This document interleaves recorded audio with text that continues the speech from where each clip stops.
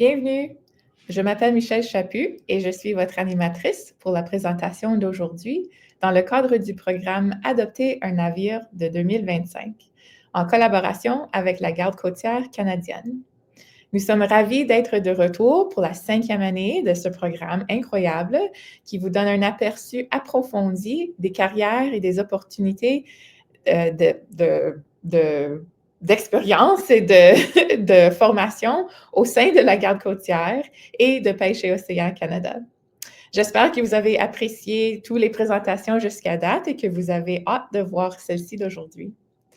Pour tous les enseignants qui se connectent, n'hésitez pas à laisser un petit message dans le chat pour nous dire de par où vous et vos élèves vous connectent. Et pour les élèves qui sont présents, assurez-vous d'écouter jusqu'à la fin, car nous avons prévu une session de questions-réponses avec le présentateur d'aujourd'hui. Alors, sans plus tarder, j'ai le plaisir de vous présenter notre invité spécial d'aujourd'hui, Adam Rutherford. Adam est un officier des services de communication et trafic maritime avec la Garde côtière. Alors, bienvenue Adam, c'est super de vous avoir ici. Bonjour tout le monde, bonjour Michel, merci beaucoup de l'invitation. Puis on dirait il fait beau aux Escoumins aujourd'hui.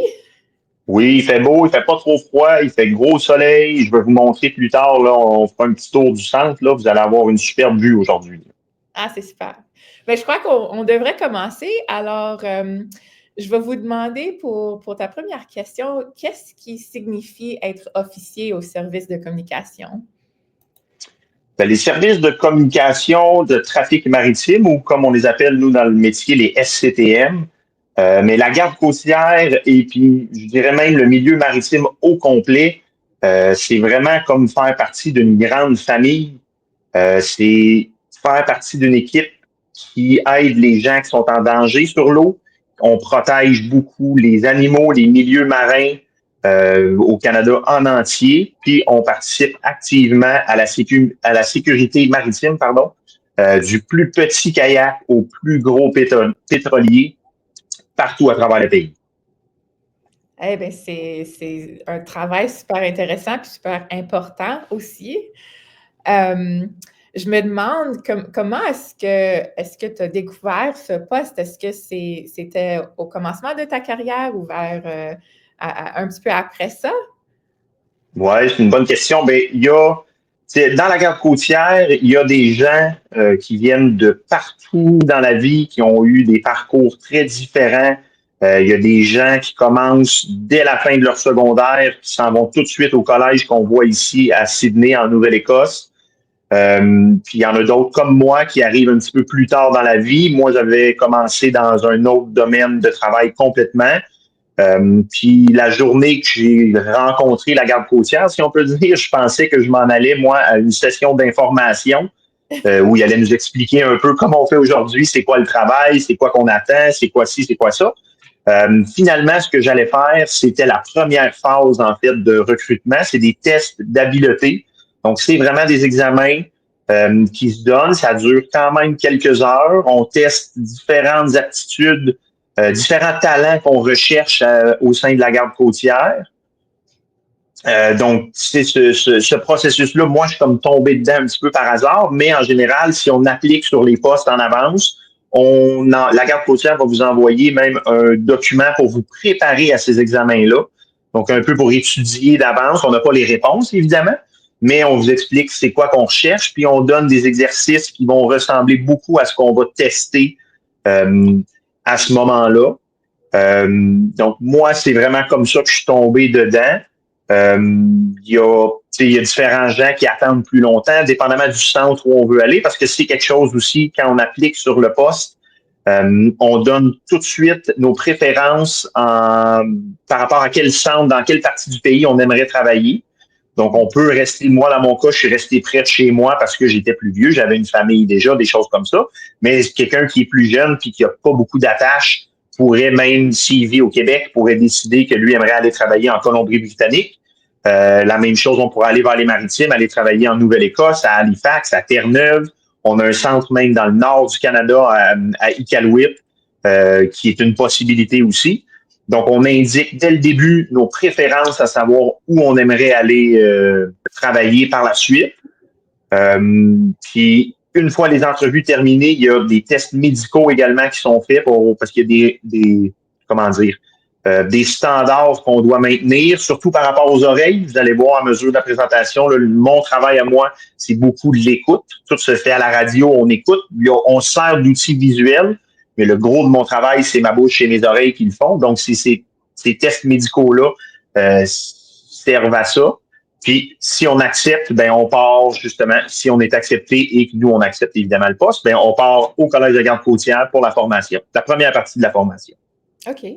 Et c'est bien, on dirait qu'on veut assurer le succès avec tous ces documents-là, puis le fait qu'on peut rester près de chez soi avec les opportunités, c'est bien.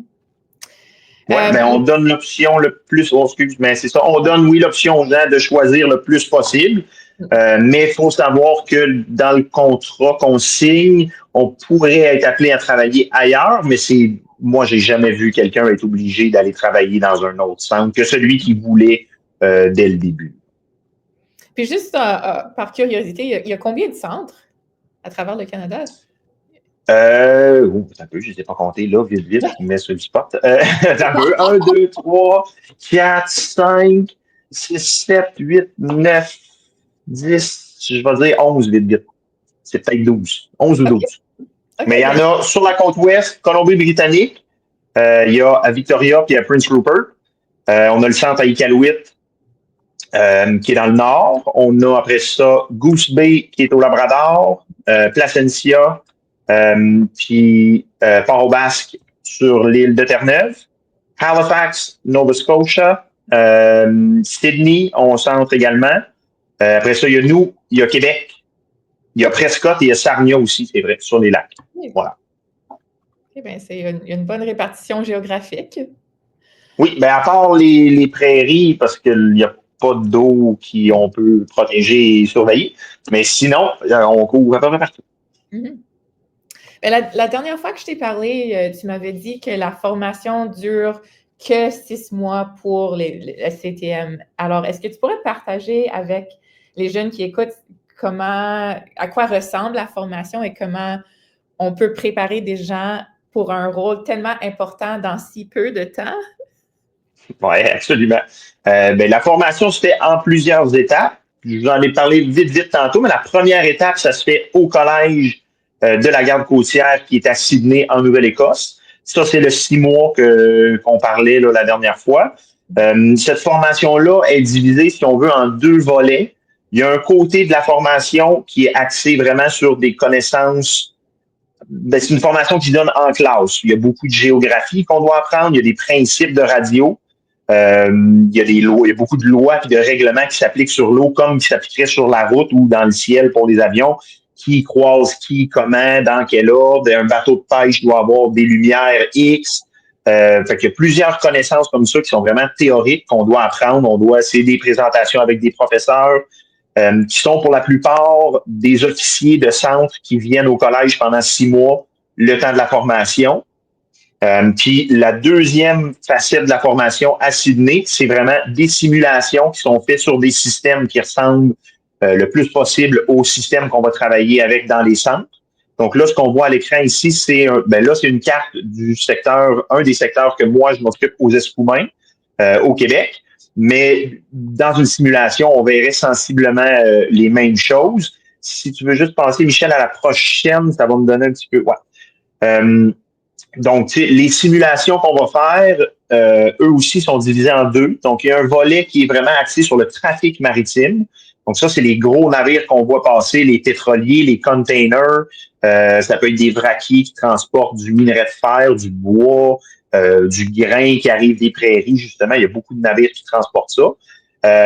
Donc, les simulations qu'on fait, ça va vraiment être axé sur ce trafic-là. Donc, c'est des navires qui, dans le contexte ici, si on regarde l'écran, c'est vraiment une rivière, ça c'est le fleuve Saint-Laurent, mais ça peut être un autre plan d'eau, là, ça revient au même.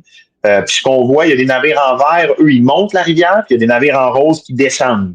Donc les simulations qu'on fait, ça peut durer 1 heure, 1 heure et demie, mais les navires sur l'écran vont avancer comme c'est dans la vraie vie quand les navires avancent là, sur la rivière ou qui descendent, évidemment.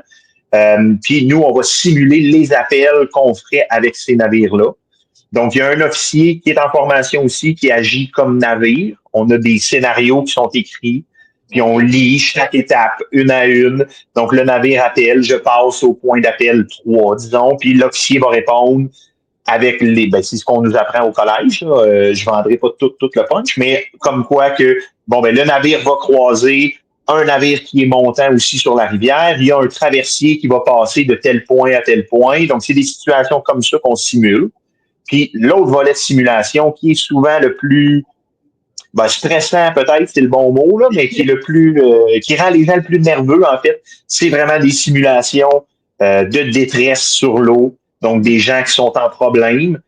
Je vous rassure, au début de la formation, on commence pas tout de suite avec des gros cas. C'est vraiment des choses plutôt simples. C'est un navire qui est tombé en panne. Les gens sont pas en danger, mais le moteur fonctionne plus pour une raison X, puis on doit aller les assister. Donc, c'est de simuler cette situation-là. Nous, on a une série de questions qu'on doit poser qui fait partie du volet théorique que je parlais plus tôt, mais les questions, ça doit toujours être les mêmes. Donc, on demande la position du navire. On veut toujours savoir il y a combien de personnes sur le navire qu'on doit aider. Après ça, ça peut être selon la situation, ça va changer. Ça peut être une description des lieux, du problème, de l'aide qu'ils ont besoin, des choses comme ça.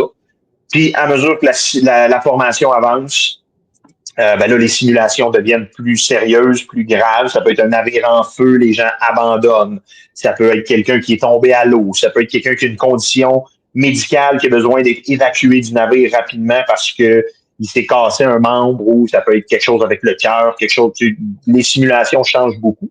Mais on essaye de préparer les gens le plus possible à faire face à la vraie vie, au scénario qui pourraient, parce que c'est pas dit que ça va arriver, mais qui pourraient vivre dans le cadre de leur travail. Fait que ça, c'est vraiment la première partie de la formation. Puis la deuxième partie de la formation se fait ensuite dans le centre auquel on a été affecté, auquel on s'en va travailler. Donc, on est assigné, on est placé avec un officier qui est déjà en poste, qui lui agit comme surveillant, mais comme formateur également. Fait qu'on a encore un volet, beaucoup de géographie à apprendre. Vous le voyez un petit peu. Reviens juste une petite seconde, excuse Michel, sur l'autre d'avant.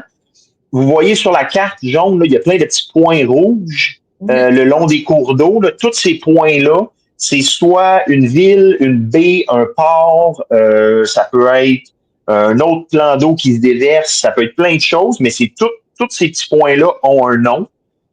Puis tous ces petits points-là, on doit les connaître. Donc, toute la carte que vous voyez là, puis l'autre diapositive qu'on voyait avant, qui était le golfe du Saint-Laurent, juste pour moi aux Escoumins. Donc, on le voit encore là, tout le long de la côte, partout autour de l'île d'Anticosti, qui est la grosse île au milieu. Tous ces petits points rouges-là, c'est toutes des places qu'on doit connaître avant d'avoir notre accréditation officielle. Fait qu'il y a un gros volet géographie. Puis après ça, on est presque tout de suite placé sur une vraie console. Donc, l'accompagnateur est avec nous, mais c'est nous qui prenons les appels des navires qui rentrent. S'il y avait une situation de détresse qui arriverait, ça serait nous qui la gérerait accompagnés de quelqu'un d'autre. Puis après un temps qui varie entre 3 et 6 mois selon l'officier, on aurait un examen formel qui dure 3 jours où on est évalué sur à peu près tous les points qu'on a vus dans notre formation. Puis, présumant qu'on passe ça, on devient un officier là, à part entière, puis on est laissé seul, puis on a notre console à gérer. Et c'est pas facile. Ça a l'air très, très gros comme ça, mais disons, il y a plusieurs programmes. Si on va à l'école pour faire un travail, si on va à l'université, au cégep, c'est 2 ans, c'est 3 ans. En réalité, la formation d'un officier SCTM, mettons-le conservateur, on peut dire en 1 an et demi à peu près. Du début à la fin, on est un officier à temps plein, on a un salaire, des vacances, des pensions, tout ce qui vient avec. Fait que c'est quand même une formation, oui, c'est beaucoup d'informations à apprendre et à connaître, mais on est dedans à tous les jours. Le collège, ça fait un peu ça. On est sur le campus, on n'est pas à la maison. On couche là, on mange avec nos collègues. Fait que c'est vraiment une façon rapide de souder tout le monde ensemble. Puis, ça finit par faire partie de notre quotidien. On le vit tout le temps. On est là. Les officiers sur les navires sont là aussi. Fait que ça se fait quand même très, très bien. Là, je vais te parler du montant de temps que tu travailles après que tu réussis la formation. Alors, vous m'avez dit auparavant que que toi et ton équipe, vous travaillez 12 heures de fil, commençant à 4 heures du matin et terminant à 16 heures. Ouais. Et je crois que c'est 4 jours de fil que vous travaillez, puis 5 jours de congé. Est-ce que vous aimez la répartition entre le travail et le temps libre comme ça? Ben, moi, j'aime ça beaucoup. La plupart des officiers, je vous dirais, aiment ça beaucoup.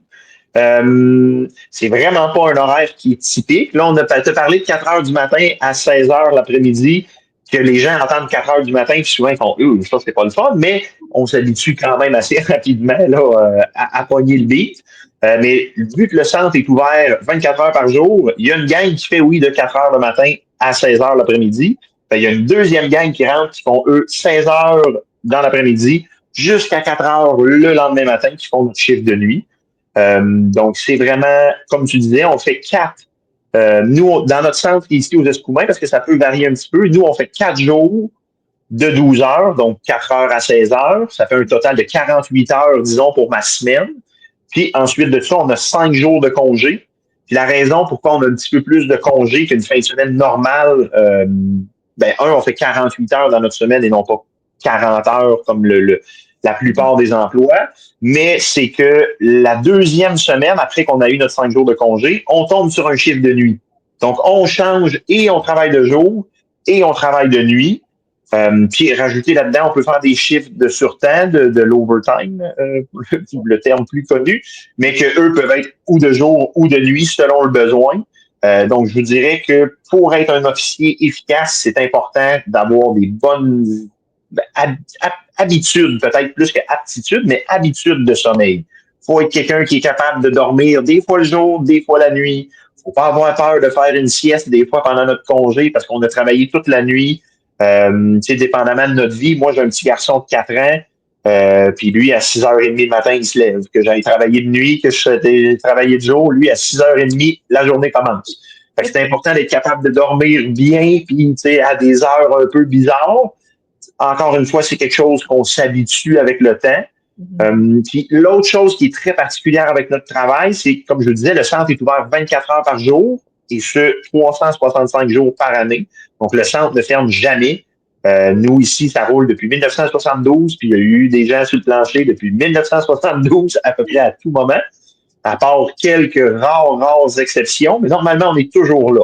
Et ce que ça fait, ça, c'est que les jours fériés comme Noël, comme Pâques, l'action de grâce, ces choses-là, moi, ça se peut que je sois apporté, mon horaire de travail est fait pour, si mon 9 jours, ma rotation, le 4 jours de travail, mais je me retrouve à travailler le 24, le 25, le 26 et le 27 décembre.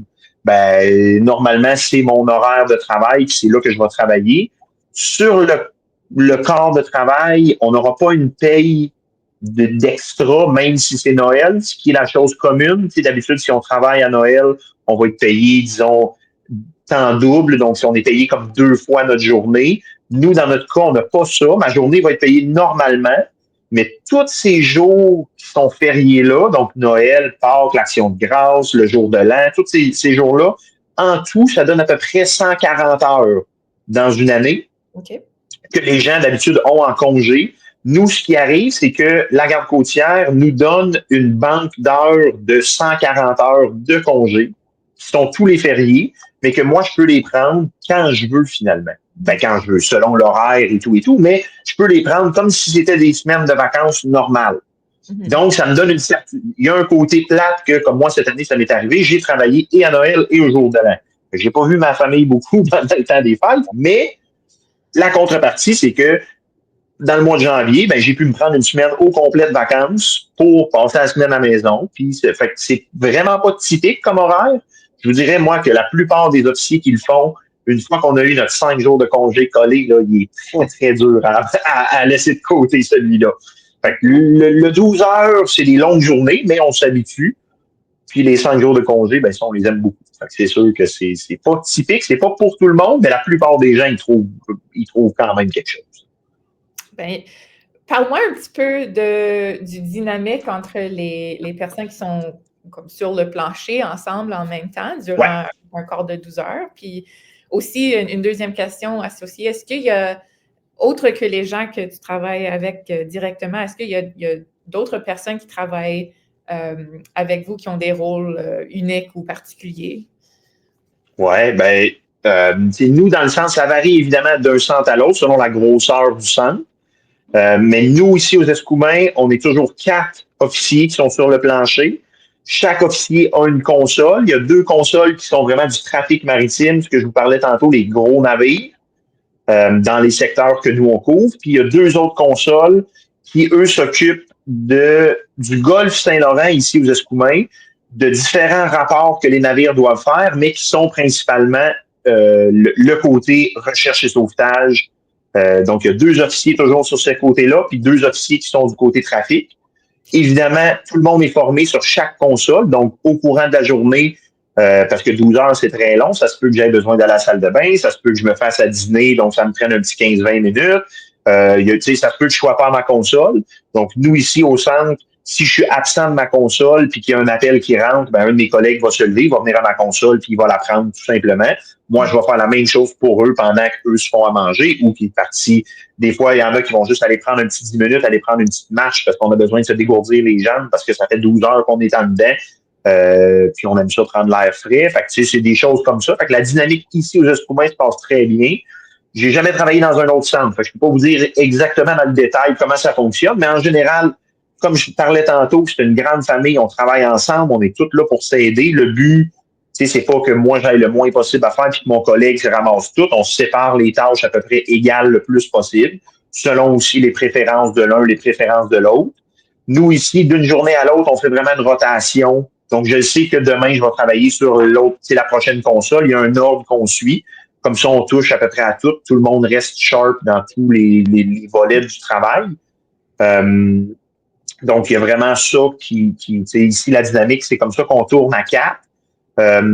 Dans tous les sens, je pense que ça fonctionne comme ça aussi. Mais nous, ici, les appels qui rentrent, le premier appel, il rentre sur un speaker, sur un haut-parleur. Il rentre pas dans un casque d'écoute. Donc, tout le monde qui est dans le centre va l'entendre, cet appel-là.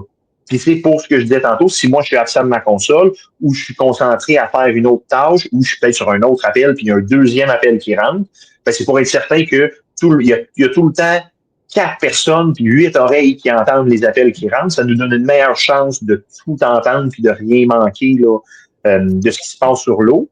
Puis, deuxième partie de votre question là, par rapport avec qui nous, on travaille beaucoup, parce que oui, on travaille avec les gens qui sont sur l'eau, les bateaux qui nous appellent, mais souvent, nous, on est un relais de communication, donc l'information rentre à moi, et moi, je ne la garderai pas, l'information, peu importe c'est quoi, parce que assis dans mon bureau, c'est pas moi qui peux réagir. Donc, moi, l'information, je dois toujours la prendre et l'envoyer aux partenaires pertinents selon la situation en cours. Mais disons, pour le côté que les gens connaissent beaucoup, le recherche et sauvetage, ben, on travaille très, très proche avec ce département-là pour coordonner les ressources que nous, on enverrait, les navires qui vont partir pour aller aider les gens. Donc, moi, je vais collecter l'information, la position, les gens, qu'est-ce qu'ils ont besoin, puis je vais transmettre ça à Recherche et Sauvetage, qui s'appelle MRSC ici au Québec. Dans le reste du Canada, beaucoup, c'est JRCC, l'entité, c'est des abréviations. Mais c'est ça, le volet Recherche et Sauvetage. Après, du côté trafic, on travaille très, très près avec les ports dans nos secteurs. Donc, nous, ici, on parle beaucoup avec le port de Sept-Îles, de Port-Cartier, de Bécomo. Dans le Saguenay, là, il y a Port-Alfred et Port-Saguenay qui sont là également. Donc, ça, c'est des gens avec qui nous, on travaille beaucoup, beaucoup, beaucoup. Ensuite de ça, il y a les bouées. Ça, j'en ai pas parlé beaucoup tantôt parce que c'est moins excitant un peu comme aspect, mais dans la formation, il faut apprendre toutes les bouées qui sont dans tous les secteurs qu'on couvre également. Donc, les bouées qui servent à indiquer aux navires sur l'eau de passer d'un certain côté ou d'éviter une zone, des choses comme ça. C'est des panneaux de signalisation qui sont dans l'eau, finalement. Mais on travaille beaucoup avec ces gens-là aussi, en début puis en fin de saison par rapport aux bouées. Ce qu'on voit ici à l'écran, ça, c'est des gens qui travaillent avec nous dont d'habitude on n'en parle pas beaucoup, mais sans eux, il n'y a rien qui se passe parce que ça, c'est nos gars nos techniciens d'information, donc nos gars de TI qui sont un peu les magiciens qui font en sorte que ça fonctionne parce que moi, l'ordinateur puis le système de travail que j'ai, je suis capable de m'en servir, mais s'il fonctionne bien. S'il fonctionne pas bien, c'est pas moi qui va être capable de défaire l'ordinateur puis d'aller réparer tout ça. Puis on le voit en bas, il y a beaucoup de serveurs, on travaille avec des antennes radio.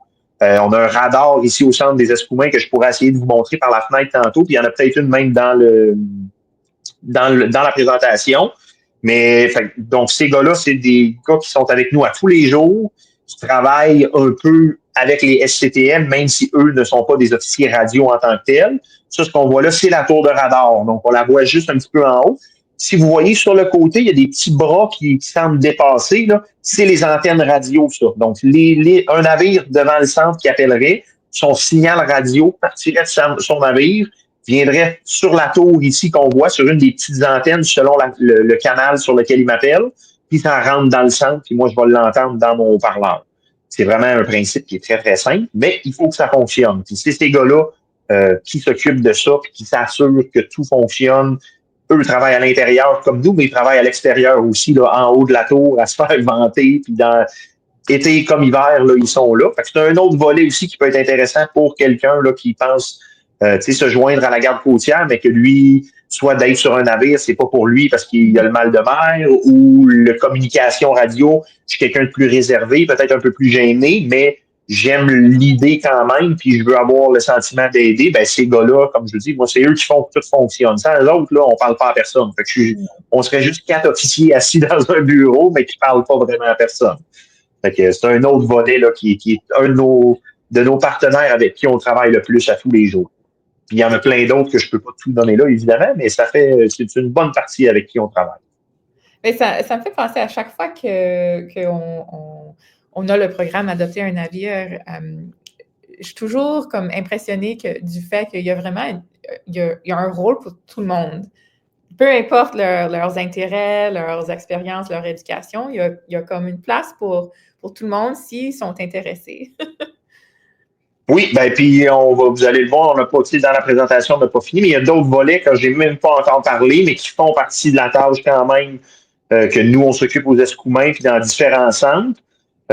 Puis ça peut être quelqu'un que lui, le côté navire, ça il parle pas beaucoup, mais mécanique, sauvetage, brise-glace, c'est pas des choses qui l'intéressent. Mais lui, l'environnement, c'est très important. Les baleines, c'est quelque chose qu'on en a entendu parler beaucoup dans les dernières années dans les nouvelles, puis sur Internet en général. Puis, comme je dis, ça, c'est pas tous les centres, parce que ça dépend géographiquement où est-ce qu'on se retrouve, mais vu qu'on touche beaucoup, c'est de l'eau qui est soit la mer ou, comme dans notre cas avec le Golfe et le Saint-Laurent, des eaux qui sont connectées à la mer. Donc, tous les centres ont le potentiel d'avoir des baleines qui passent dans leur secteur. Puis nous, depuis plusieurs années maintenant, aux Escoumins, on s'occupe du programme qui aide à la protection des baleines noires de l'Atlantique Nord. Donc, ce qui est arrivé, c'est qu'il y a eu, je vais dire 6, peut-être 7 ans, il y a eu un été où il y a eu énormément de collisions puis de morts de baleines noires, qui était une espèce qui était déjà très, très, très, très en péril. Puis ça a mis l'espèce à la limite de l'extinction. Donc, il y a un programme qui a été mis en place avec le gouvernement pour contrôler la vitesse des navires et aussi surveiller de plus près les populations de baleines noires à l'intérieur du Golfe et dans la baie de Fundy en Nouvelle-Écosse, puis au Nouveau-Brunswick.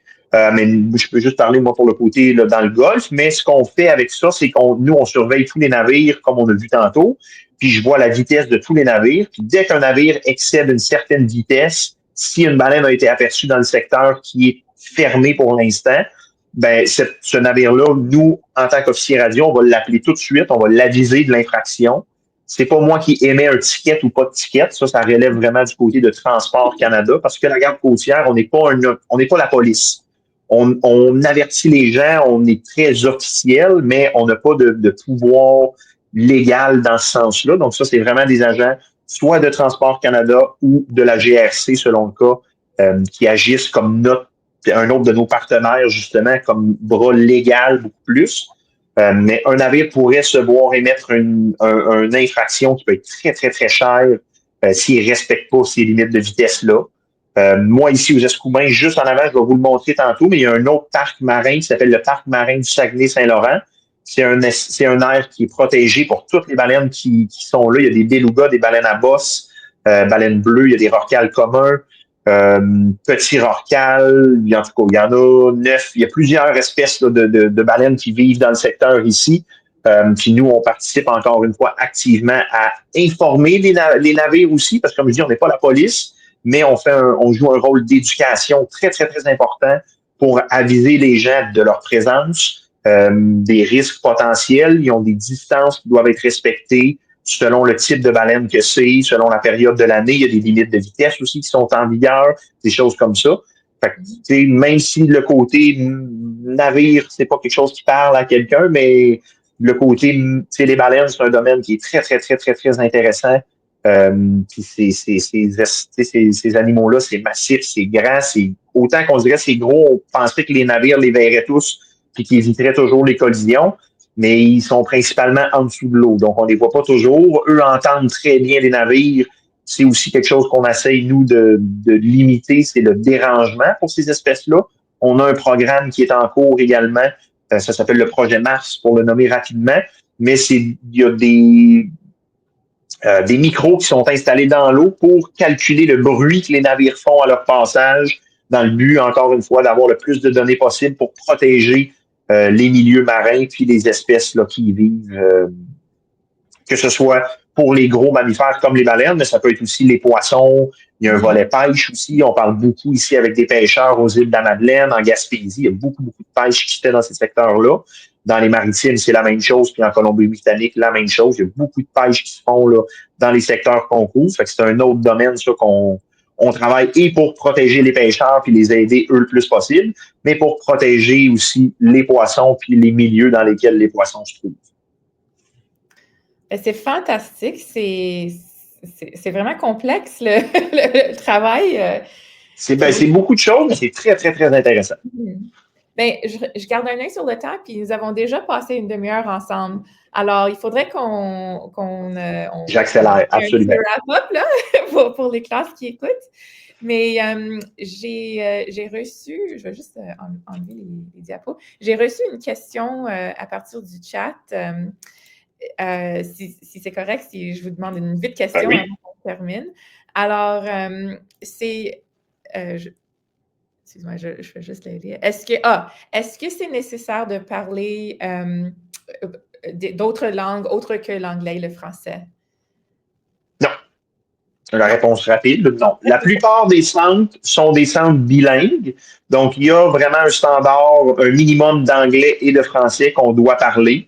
Il y en a que c'est plus anglais, il y en a que c'est plus français, évidemment, selon où est-ce qu'on se trouve. Mais sur l'eau, les gens peuvent appeler dans les deux langues. Nous, ici, aux Escoumins, on parle beaucoup avec des gens, dans le Golfe, c'est en français, c'est en anglais. Les pêcheurs vont être en français. Le trafic maritime se fait beaucoup, beaucoup en anglais, sauf ici, on a des pilotes locaux, puis là, on va parler plus en français.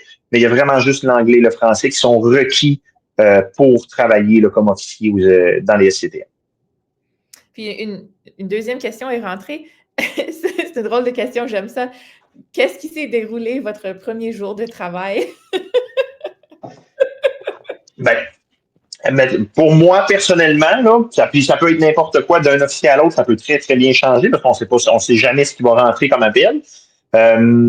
Généralement, la première journée, on nous présente un peu le centre, même si on l'a déjà visité avant de partir au collège en général, mais on fait le tour du centre, on s'installe, ils vont nous trouver un casier pour mettre mon lunch, ils vont me montrer il est où le frigidaire, on fait tout ça, il est 4 heures du matin en passant, il est très, très, très, très tôt.